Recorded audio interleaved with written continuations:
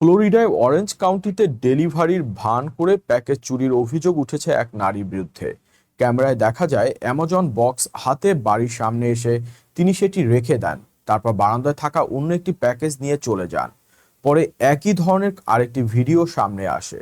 দুই ভিডিওতে নারী ও সিলভার গাড়ির মিল থাকায় তদন্তে নেমেছে শেরিফের অফিস। চুরির এই রহস্যের বিস্তারিত থাকছে প্রতিবেদনে।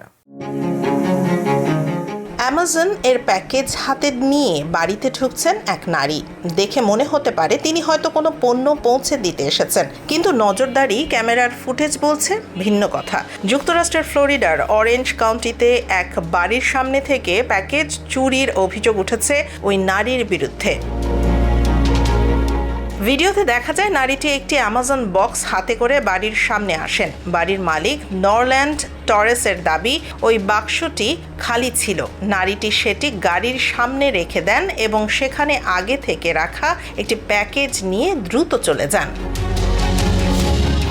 টরেস জানান, ঘটনার সময় তার স্ত্রী ও মেয়ে বাড়ির ভেতরেই ছিলেন। চুরি হওয়া প্যাকেজটি মাত্র 1 ঘন্টা আগে বারান্দায় রাখা হয়েছিল। তবে প্যাকেজ চুরির চেয়েও তাকে বেশি উদ্বিগ্ন করেছে বিষয়টি। পরিবার ঘরে থাকা অবস্থায় একজন অপরিচিত ব্যক্তি তাদের বাড়ির ভেতরের সীমানায় ঢুকে পড়েছিল।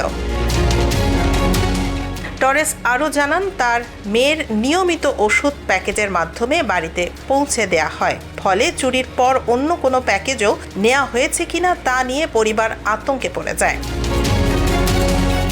এরপর টরেসের পোস্ট দেখে আরেকটি নজরদারি ভিডিও সামনে আসে। ব্রিটেনের ডি জেসাসের বাড়ির ভিডিওতে দেখা যায় এক নারী রিং ক্যামেরার নিচু হয়ে তার অ্যামাজন প্যাকেজ নিয়ে একটি সিলভার ফোর্ড ফোকাস এর দিকে চলে যাচ্ছেন।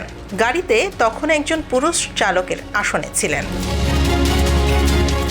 দুই ভিডিও পাশাপাশি তুললে নারী এবং গাড়িটির মধ্যে বেশ কিছু মিল দেখা যায়। অরেঞ্জ কাউন্টি শেরিফের অফিস জানিয়েছে 12 আগস্ট এই ঘটনায় রিপোর্ট করা হয়েছে এবং ডেপুটিজ বিষয়টি তদন্ত করছেন। স্থানীয় বাসিন্দাদেরও সন্দেহজনক কাউকে দেখলে সতর্ক থাকতে এবং পুলিশকে জানাতে বলা হচ্ছে।